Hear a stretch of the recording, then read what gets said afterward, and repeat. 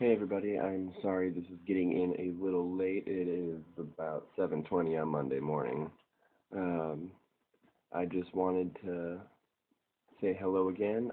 There's not a whole lot going on right now. Our final closed memo is due on Saturday, um, and I got my grade back for the partial closed memo, and I did fairly okay, I guess, for it being my first one.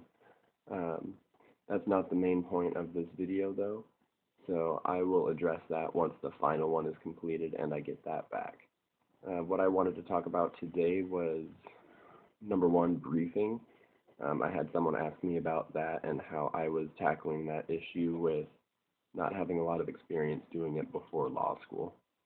I was fortunate enough to have one professor at Boise State who required us to read cases, brief them, and even cold called on us a little bit.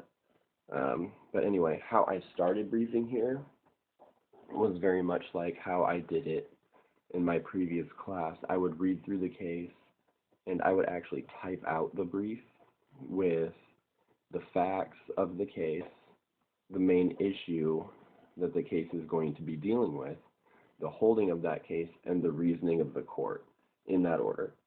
Um, and then during orientation, when some of the professors were going around talking about how to brief, one of them pulled up a previous student's brief and it had a little thing at the top and it said POC.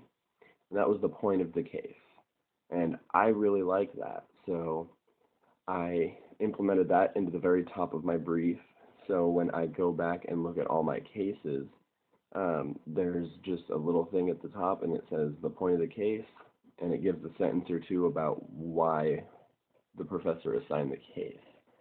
But as time kept going on, I found that to be a little too time consuming. I mean, it still worked very, very well, but I found myself taking about 45 minutes to an hour on each case, and it wasn't necessarily that I needed to take that long. It was just trying to transfer everything from the book over to my computer that was not very efficient.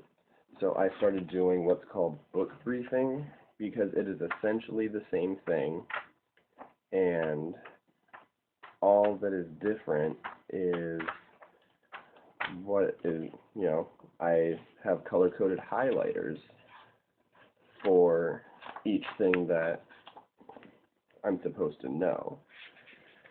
Give me 1 second. Here we go. So, for example, up here, this orange,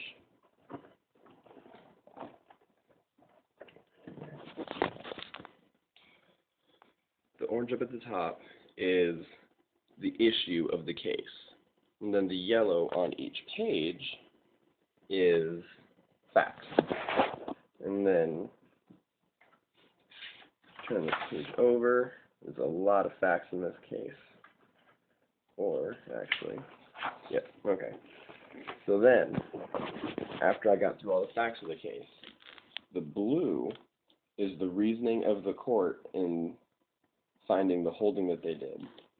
The green is the holding that they ultimately came to, and the pink is each argument that both sides tried to make.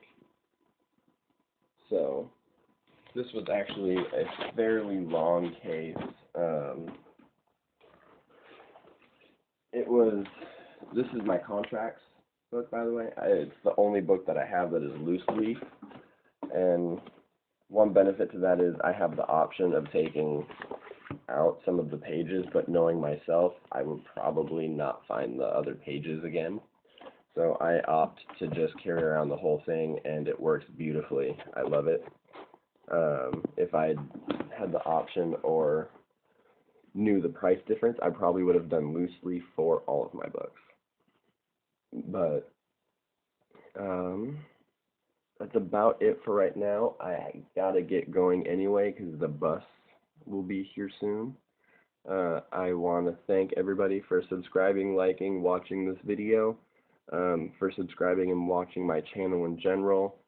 Um, Again, I want to thank my friends and family who have helped me get here, and the new friends that I've made who have helped me transition and make me want to stay here. Um, I hope you all have a wonderful Monday. Oxymoron. Love it.